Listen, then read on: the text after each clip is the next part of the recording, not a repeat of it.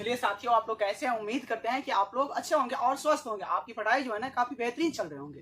तो आप लोग से उम्मीद है कि आप लोग की तैयारी एकदम बेहतरीन चल रहे होंगे, ये तो मान ही रहे हैं। लेकिन आपकी जो है ना एक्स्ट्रा इनिंग कहते हैं, एक्स्ट्रा मेहनत करना बहुत ही अच्छा लगता है साथियों।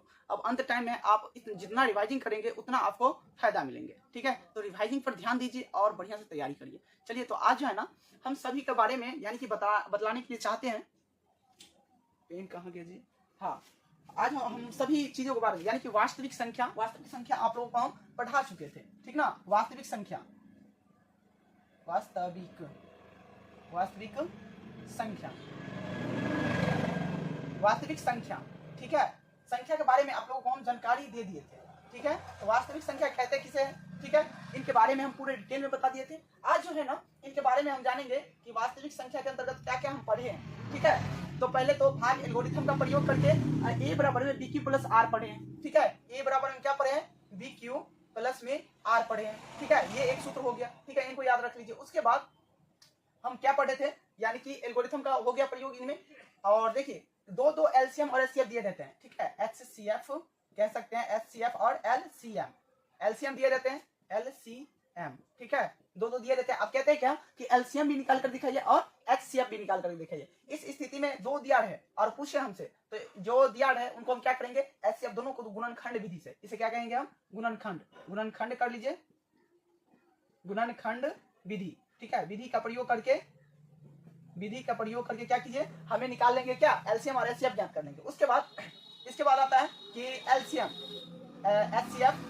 एचसीएफ गुने एलसीएम बराबर में पहली संख्या गुने दूसरी संख्या होते हैं। क्या होते हैं? दूसरी संख्या होता है। और इस तरह से आपको दिए रहेंगे। तो आपको कहेंगे कभी कभी क्या कहते हैं कि एग्जामिनर की पहली संख्या निकाल करके बताइए, कभी दूसरी संख्या निकाल करके बताइए। अब पहली कभी कहते हैं कि एचसीएफ निकाल करके बताइए, कभी कहता है कि एलसीएम निकाल करके बताइए। इनमें कभी भी डॉट होने की संभावना नहीं है, डॉट करने की संभावनाएं नहीं है। आपको हम सीधे नॉर्मली बता दिए पूरे सूत्र। यानी कि मान लीजिए हमें निकालना है क्या? एलसीएम निकालना है, तो क्या करना है? इन्हीं को यानी कि एचसीएफ को सीधे बट्टा में ले जाएंगे। ठीक है, बट्टा में आ गया। आपको तीन चीज दिए रहेंगे हमेशा। मान लीजिए पहली संख्या, दूसरी संख्या दिया, उसके बाद एलसीएम या एचसीएफ में से कोई एक संख्या दिए रहेंगे। तो क्या करेंगे? मान लीजिए कि इस तरह से हमें दिए रहेंगे, कहेंगे कि एचसीएफ निकालिए, एचसीएफ। तो करना कुछ नहीं है, पहली संख्या गुने में दूसरी संख्या, अब बट्टा में क्या होंगे? तो एलसीएम, एलसीएम होंगे। और कुछ करना नहीं है, बस इनको दीजिए और सूत्र पर लगा करके क्वेश्चन का आंसर निकाल लीजिए। ठीक है, और इन्हीं तरह से सभी क्वेश्चन का आंसर निकलेंगे। ठीक है, कभी कहते हैं कि एलसीएम यानी कि एलसीएम निकालने के लिए बोल दे तो एलसीएम यहाँ दे देंगे, एचसीएफ यहाँ दे देंगे। ठीक है, कभी पहली संख्या कह दे तो पहली संख्या बराबर क्या होंगे? तो पहली संख्या बराबर सीधा हमें मान लीजिए तो नीचे में एलसीएम गुने एचसीएफ यहीं पर कर देंगे, एलसीएम गुने एचसीएफ पहली संख्या। कभी कहते दूसरी संख्या तो फिर से वही बात है, दूसरी संख्या यहाँ पर रख देंगे और उसके बाद निकाल देंगे। कोई दिक्कत इसमें? कोई दिक्कत नहीं होना चाहिए मेरे दोस्त। और उसके बाद इनमें जो है ना, अब इनके बाद आता है क्या? बता देते हैं, दशमलव, शांत, अशांत और आवृत्ति। दशमलव आते हैं। ठीक है, दशमलव पर सारे शांत है, अशांत है, आवृत्ति है। दशमलव यानी कि दशमलव के बाद जो कट जाते हैं उसे हम शांत कहते हैं। दशमलव के बाद जो है ना, यानी कि मान लीजिए हमें क्या कहते हैं कि मान लीजिए 2 से हम 15 में भाग देते हैं। ठीक है, 15 में भाग देते हैं तो यह कटेगा? सो बताइए, नहीं, ये पूरे एकदम जोड़ा है। ठीक है, लेकिन हम कह दें कि यहाँ पर 10 दे देते हैं। ठीक है, 8 में भाग देने के लिए कहते हैं, तो ये क्या कटेंगे? कभी नहीं कट सकते हैं। ठीक है, कहेंगे सर ये तो उतना ज्यादा है, ये नहीं है, तो करेंगे क्या? कुछ नहीं, एक जीरो लगा देंगे, जीरो जगह लगाएंगे यहाँ पर दशमलव।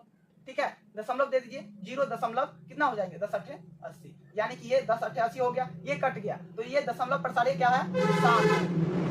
क्या है? शांत है। और इसी तरह से दशमलव के बाद नहीं कटे उसे अशांत कहते हैं। क्या कहते हैं? अशांत कहते हैं। और उसके बाद हो गया दशमलव के बाद नहीं कटता जाए, नहीं करता जाए मतलब यानी कि मान लीजिए 10 में 3 से भाग देंगे तो 3 तिया 9, 3 तिया 9, 3 तिया 9, 3 तिया 9, यानी कि बार बार वही संख्या आ रहा है, तो उसे हमें आवृत्ति कहते हैं। आवृत्त कहते हैं। क्या कहते हैं? आवृत्त कहते हैं। आप लोग याद रख लीजिएगा। उसके बाद हो गया पाई के बारे में हम लोग जानते हैं। पाई क्या है? ठीक है, पाई जो है एक अपरिमेय संख्या है। क्या है? अपरिमेय संख्या है। कौन सी संख्या है? अपरिमेय संख्या है। ठीक है, लेकिन पाई का मान जो है ना, पाई का मान जो है 22/7 कह लीजिए या 3.1428 कह लीजिए। ये क्या है? तो यह परिमेय है। क्या है? परिमेय संख्या है। परिमेय संख्या है। ठीक है, तो आप लोग इन्हें याद कर लीजिएगा, ठीक है, और याद करके ही जाएंगे, ये आपके एग्जाम में आएंगे। तो इतना बात जान गए। और एलसीएम और एचसीएफ तरीका निकालने के लिए एक हम शॉर्ट ट्रिक बताएं, एलसीएम या एचसीएफ, ठीक है। और उसके बाद मान लीजिए एचसीएफ दोनों चीज दिया रहे और दोनों चीज हमसे पूछे तो कुछ करना नहीं है, आपको हम इस तरीका से बताएं, मेथड 2 के उपयोग करने के लिए बताए हैं। और नहीं देखें तो जाकर के आप देखिए, आपको पूरे कॉन्सेप्ट इसमें समझ आ जाएंगे। चलिए, तो ये तो हो गए क्या, यानी कि वास्तविक संख्या के अंतर्गत हम आपको जिस चैप्टर से जितना क्वेश्चन पूछे जाते हैं आपके एग्जाम में, वो सारा क्वेश्चन है, सारा बात बताए हैं, ठीक है। इसी तरह से आपके एग्जाम में आएंगे, तो आप इन्हें याद रख लीजिएगा, ठीक है। चलिए, तो हम अभी बहुपद के बारे में बताएंगे। चलिए साथियों, आप जो है ना बहुपद हम बताएंगे, ठीक है। पार्ट 2 जो है बहुपद है, और बहुपद से काफी इंपोर्टेंट है और काफी बार इसमें से एग्जाम में लिए गए हैं क्वेश्चन, और प्रत्येक वर्ष लिए जाते हैं, और इनमें से तो भर भर के लिए जाते हैं, और अच्छा से जान गए तो समझिए क्लियर है आपकी, ठीक है। तो देखिए, बहुपद में हम क्या कहते हैं, पहले हम घात को समझते हैं। घात किसे कहते हैं, ठीक है, यानी कि मान लीजिए x² प्लस में 4x, ठीक है, प्लस में 3 दिया है, तो इन्हें हम यही से सभी क्वेश्चन यहाँ पर हम समझा देंगे आपको। देखिए, इसे क्या कहते हैं, बहुपद कहते हैं। क्या कहते हैं, बहुपद, ठीक है, बहुपद कहते हैं। इसे क्या कहते हैं, बहुपद कहते हैं। अब इसमें कहेंगे कि चर कौन है, अचर कौन है, बहुपद कौन है, इसका घात कौन है। तो चलिए हम घात के बारे में पहले जानकारी लेंगे, ठीक है। घात किसे कहते हैं, देखिए इनमें x का पावर कितना है, x का पावर कितना है, 2 है, इसे ही हम घात कहते हैं, ठीक है। क्या कहते हैं, घात कहते हैं। तो आप लोग याद रखिएगा, कहेंगे आपसे कि बताइए तो इन बहुपद में घातों की संख्या कितनी है, यानी कि 4 ऑप्शन रहेंगे, 4 ऑप्शन में से बहुपद की घातों की संख्या कितनी है, तो कह देंगे बहुपद में जितना x का पावर रहता है, सबसे अधिकतम पावर, उसे हम घात कहते हैं। x के पावर में जितना अधिकतम लगा रहेगा ना, वो सभी क्या होंगे, घात होंगे। क्या होंगे, तो ये इन्हें ही हम घात कहते हैं। क्या कहते हैं, x के पावर वाले को हम घात कहते हैं। चलिए, तो ये बात समझ गए। तो इसमें मान लीजिए हम आपसे पूछना चाहते हैं, ये x का पावर मान लीजिए 3 दे दिए, x का पावर 4 दे दिए, x का पावर 10 दे दिए, बताइए तो ये क्या क्या घात वाले बहुपद है। जल्दी कमेंट कीजिए आंसर आप लोग, ठीक है, जल्दी कमेंट करके बताइए x का पावर क्या है, कितना है। तो ये क्या घातीय बहुपद है, तो ये जो है ना त्रिघातीय बहुपद है। क्या कहते हैं, त्रिघातीय, घातीय, त्रिघातीय बहुपद हो गया। ये चौघातीय, चतुर्थ घात कह सकते हैं, चतुर्थ घात चौघातीय हो गया, चौघात वाला बहुपद, ठीक है। ये कितना हो गया, 10 घात वाला, ठीक है। यानी कि आपसे जो भी पूछे ना, आप आराम से इनका आंसर दे सकते हैं, एकदम बिना हिचकिचाए, ठीक है। तो चलिए, अब जो है ना इसमें बहुपद में एक भाग विधि आते हैं। मान लीजिए x² प्लस में 1, ठीक है, इसमें कहेंगे 5x², मान लीजिए 4 है इसका पावर, ठीक है। इसके बाद 3x² 3 हो गए, ठीक है, 2x² 2 हो गया, प्लस x प्लस में कह लीजिए 1 है, ठीक है। इस तरह से दिए रहेंगे और कहेंगे कि इनको भाग दीजिए, ठीक है। तो ये भी क्वेश्चन हम पूरे के पूरे क्वेश्चन हम करवा चुके हैं पिछले चैप्टर में, तो आप लोग जा करके उन्हें अच्छा से रिवाइजिंग करके, ठीक है, इन्हें ज्यादा से ज्यादा मॉक टेस्ट लगाइए, यानी कि ज्यादा से ज्यादा रिवाइजिंग करिए, तब जाकर के आपको ये बनेंगे। और हम बनाए हैं बहुत ही अच्छा से, जैसे हम भाग बनाते हैं बच्चे की तरह, उस तरीका से हम बताएं। तो आप लोग डरिए नहीं, जाइए देखिए और समझिए, और दूसरे को भी समझाइए, ठीक है। अब जो है ना क्वेश्चन ये समझ गए, तो अब इसमें कुछ क्वेश्चन ज्यादा है नहीं, बहुत कम ही क्वेश्चन है। बहुपद के शून्यकों का गुणनफल और योगफल, ठीक है, बहुपद का शून्यकों का गुणनफल और योगफल, गुणनफल क्या होता है और योगफल क्या होता है, वो सभी आप सारी बात बताएंगे आपको। तो देखिए, इसमें जो है ना गुणनफल निकालने के लिए, यानी कि गुणनफल, गुणनफल,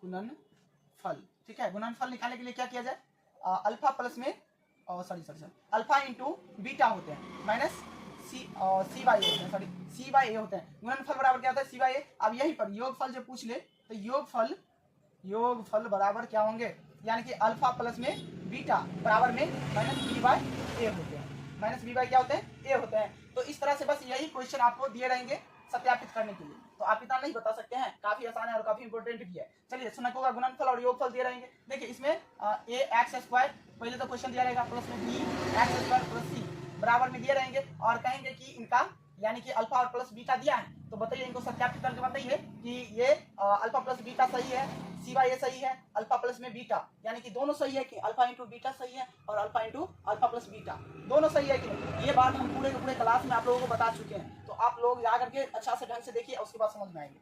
चलिए, तो अब जो है ना, यानी कि हम कह सकते हैं 2 अल्फा और बीटा का मान दिया रहे, यानी कि कह सकते हैं अल्फा बराबर में कोई मान दिया रहे, ठीक है, और बीटा बराबर में कोई मान दिया रहे। मान लीजिए ये 5 है, 6 है, मान लीजिए 5 है और ये 6 है, अल्फा और बीटा का मान दिया है, तो हमें कहेंगे कि बहुपद बना करके दिखाइए। क्या करिए, बहुपद, बनाइए, बनाइए, ठीक है। बहुपद बनाइए तो करना कुछ नहीं है, इनका सूत्र होते हैं, सूत्र याद रख लीजिएगा, x square minus alpha plus में बीटा इंटू एक्स प्लस